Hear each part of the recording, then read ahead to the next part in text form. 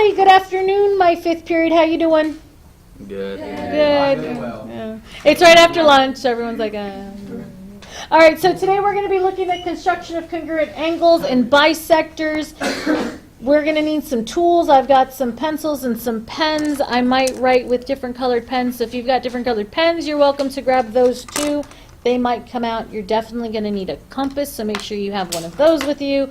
And since we're playing with angles, we're going to need to measure stuff, so you're going to want a protractor at your desks. All right, so here we go. I'd like your papers to be set up like this. Use this left-hand column, if you would, please, to mark out the different sections. We're going to start with congruent angles.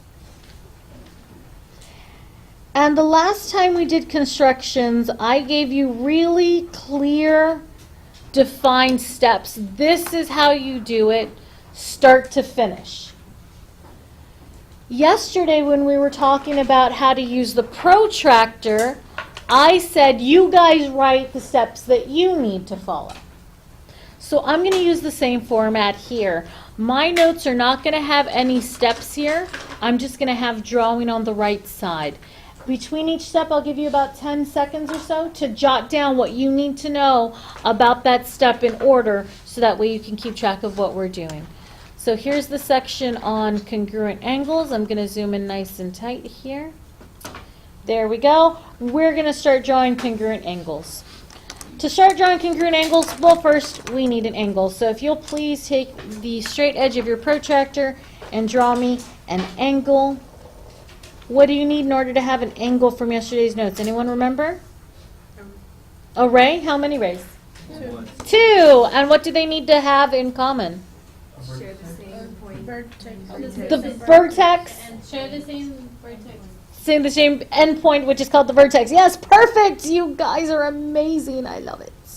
So here's my two rays. There they are, sharing the endpoint. We'll label stuff at the end when we're kind of done with the drawing. Okay. So we have to start with an angle. So now we have an angle, and now we need our destination. We need to know where we're going to draw this new angle. And so draw a ray anywhere you want on your paper. I'm going to draw another ray way over here, just because this seems like a great place to draw it, and for no other reason. Oh, look, and my pen did a blop at the end of the ray, so I'll make that the end point. There we go. My pen decided that's the end point of your ray. Fantastic. Take 10 seconds now to jot down our first step, and that was we drew a ray, our destination ray. Yeah, to write it on the left-hand margin. Thank you so much for that question. So write it over here on your left-hand margin. Big fat old finger. So you drew your destination ray. All right, grab your compass. Set it to any radius you want. Try not to set it too gigantic because it's going to make things weird. Don't set it too small that it's hard to use. So set your compass radius to anything you want. Put your compass needle on the vertex of your angle and draw an arc so that way it intersects both legs. Okay? Any compass radius you want, does not matter. When you draw your arc, make sure it intersects both legs. It doesn't have one. Okay.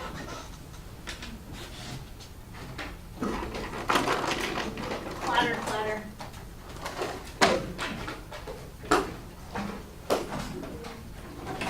All right. We are short a compass. Desk partner, do you have a compass that you can lend? Okay, so if you don't mind sharing today, thank you very much.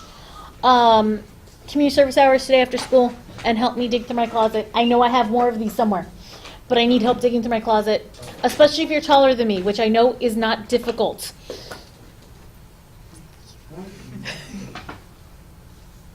We got to stick together. All right, so we've got this same compass radius. Take it on over and go to your ray.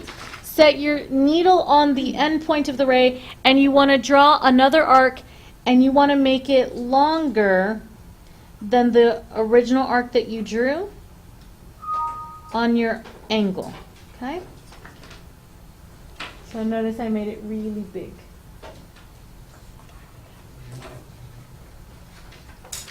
All right, so take 10 seconds to jot down what you did there.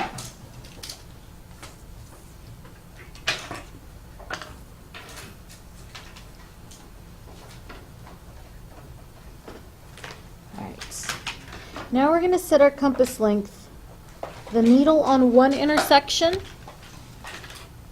and our pencil on the other. This is hard to do and not put my fingers in the way of our work here.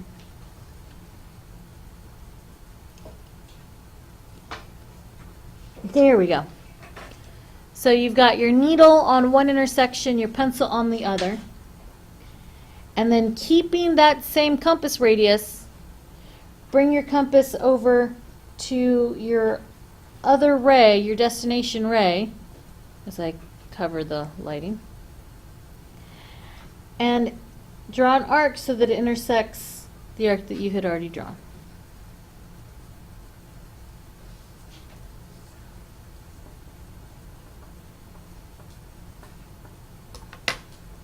You should have something that looks like that. Okay. Take a moment, please. Jot down your tip to remembering that step.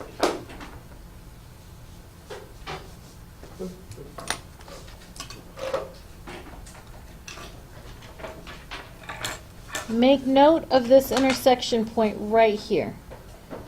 And all I'm doing is I'm taking I have a gel pen, and so I'm kind of painting that point so it's a little easier to see. So make note of that intersection point. Grab your straight edge. I'm going to use the edge of my protractor. And connect the end of the ray to that intersection point. Trying to do this without covering the sunlight.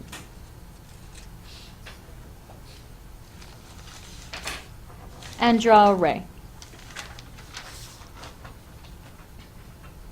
So you're going to draw a ray from the end point of that ray through the intersection point. It's a ray, so don't forget your arrow. And if we did this right, those two angles are congruent, which means they have The little thing. the same measure. Yeah. So let's check to see if they have the same measure. We're going to use our protractor tool. I'm going to zoom in nice and tight over here on this angle. This is great. I don't have to turn around. I can see it on my computer screen. I'm going to get my vertex. I'm really excited about this. Get your vertex finder, put it on the vertex, line up the baseline with the 0, and then starting at 0, it's like a speedometer. Zoom. This one looks like it's about 55. I can't drive. 55. All right, so that angle looks like it's about 55 degrees. Yours is probably different because you drew a different angle than I did. It's okay if yours is a different measure than mine. All right, now we're going to go measure the other angle. Okay, going to move my protractor around. Again, my vertex finder's on my vertex. My baseline, 0. Zoom it up, and this angle's 51. I clearly didn't do very well. They're supposed to have the same measure. Ah. All right, I'm not perfect. Did any of you get the same measure?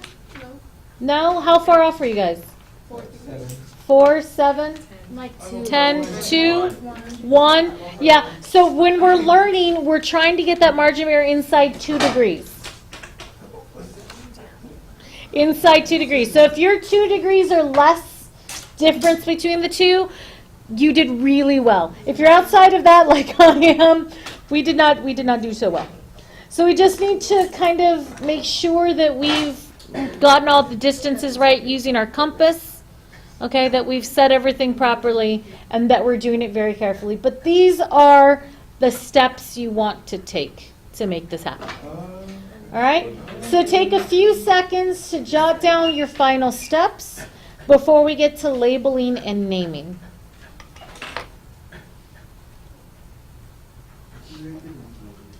So, I didn't do very well on this one, I'm sorry. Do you want to see what it looks like when it does get done properly? I have an example. Here was another class. I did them perfectly. Yay! They both came out to 78 degrees. This one, not so much. And it's challenging to get them spot on. Look, here's another example that I did for another class. Totally not the same angle measure. And here's another one that came out okay. So, you know, if it didn't come out perfect the first time you do it, that's okay. This is the 5th time I've done it, and they're still not perfect. All right, so now let's do some labeling. I need to label some points. I have 1, 2, 3, 4, 5, 6 points to label. Let me have them. B, A, C, I heard J, O, I already have a B, and I heard an R. All right, there we go. Got some letters labeled, some points labeled with letters. Now, if you're watching, and you need to have already, if you haven't, you have today to do it. If you've watched the video 1.3 from that flipped math website that we're using, they've told you how to name angles, and I'm going to use one of the ways they name it now. This little symbol is the symbol we're going to use to write the word angle, because we're too lazy to write out the word angle. It's spelled too much like angel, and we get all confused. So we're going to use this symbol, okay? This symbol for angle, and we're going to name this angle a point on a leg, the vertex, a point on a leg. So this angle is angle A, B, C. And order doesn't matter. I could just have easily have named this angle CBA, just as long as the vertex is in the middle. No one else cares what order you use the letters in, okay? So ABC is supposed to be congruent to angle JOR. And the reason they're supposed to be congruent is because their measures are equal. And so we have another symbol for measure. The measure of angle ABC, notice it's just a little lowercase m, is supposed to be equal to the measure of angle JOR.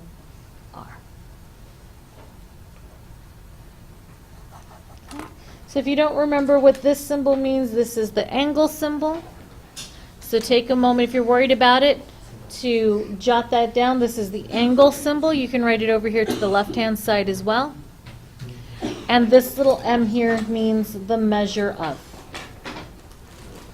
This little m is the measure of. All right. Not bad, not bad. Take a marker or your pencil or some other thing to write a big fat line, and please draw a big fat line across your entire paper and label this next section angle bisectors. Do y'all remember what the word bisector meant? Do y'all remember? Hold on, go into my notes, he says. Oh, sorry. Sorry. Cut in half. Yeah, so we're going to take an angle, we're going to cut it in half. And we're going to end up with 2 more angles. Fantastic. So we need to start with an angle. No one cares how big or skinny you make this angle. Put it somewhere toward the middle of your paper. I'm going to draw mine actually really fat so that you can see all the construction going on in the inside. But it doesn't matter how big or how small you draw your angle. I'm going to make mine beefy. So there's one ray. And here's my other ray. There it is. I'm going to zoom in. There we go. And I'm going to turn on the lights. Does that make it easier to see what's going on? Sort of. Okay. All right. Construction technique begins with our compass. With your compass set at any radius you want, draw an arc that crosses both legs. So step number 1, at any radius you want, draw an arc to cross both legs. When you're done drawing, take a few seconds to jot down what was step number 1. At any compass radius, draw an arc to intersect both legs.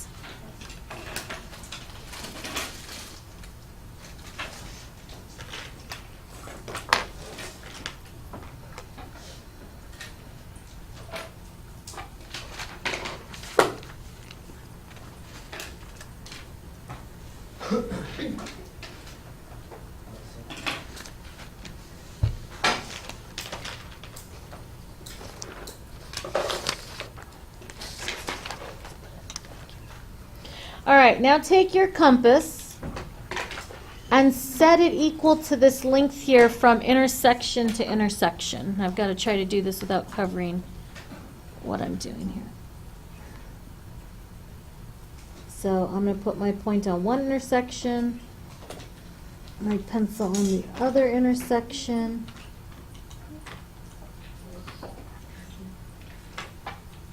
There we go.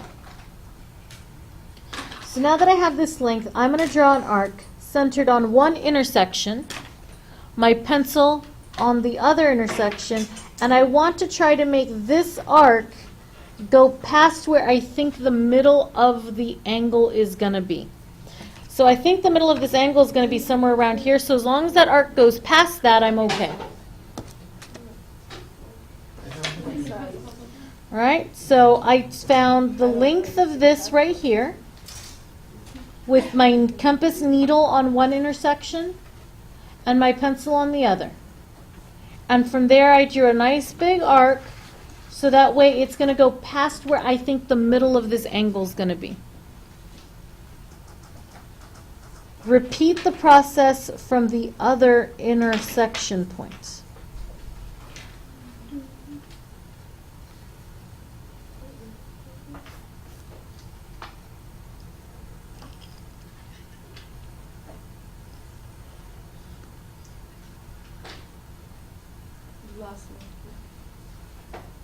So I've got my point set on one intersection, my needle, and my pencil set on the other intersection. And then I'm going to draw a nice big arc, and I'm going to try to get it to go past the middle. Okay? And when you're done, you should have something that kind of looks like a fish. You see the angelfish? Bloop, bloop, bloop, bloop. This one's a super fat fish with a flat face. Bloop, bloop, bloop. Yep.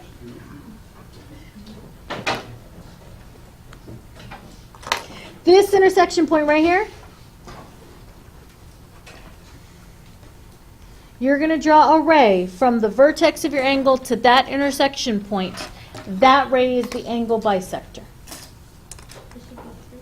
Should be a straight line, yes please. So use the straight edge of your compass or your ruler or your calculator. I suppose your cell phone, unless you have a really weird OtterBox. Just saying.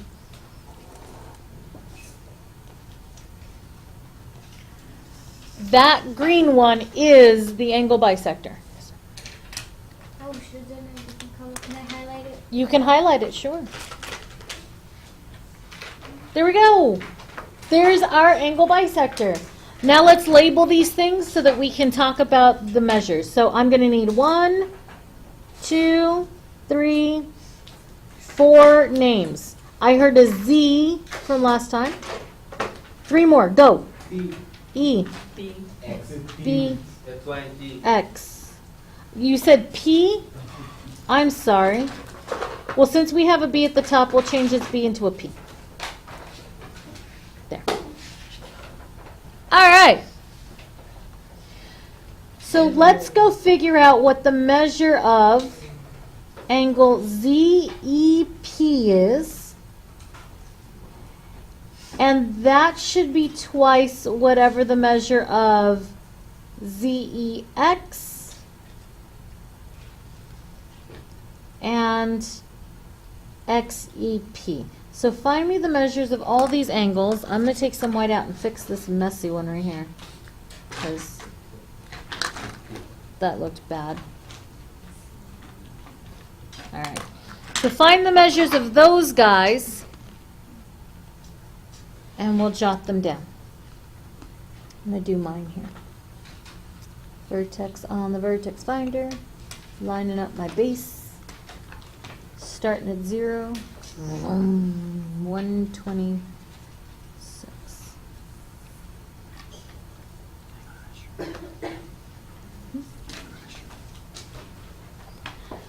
I'm going to do XEP without moving my protractor. 63. And now I'm going to do ZEX. 63. I did this one right. It's like a small miracle. I'm trying, miss, I'm still confused. All right, well, where did I lose you? Where you were trying to. Where you first started? Okay, when I did started measuring the angles. Okay, so I'm going to measure angle ZEP. So I'm looking at this angle right here.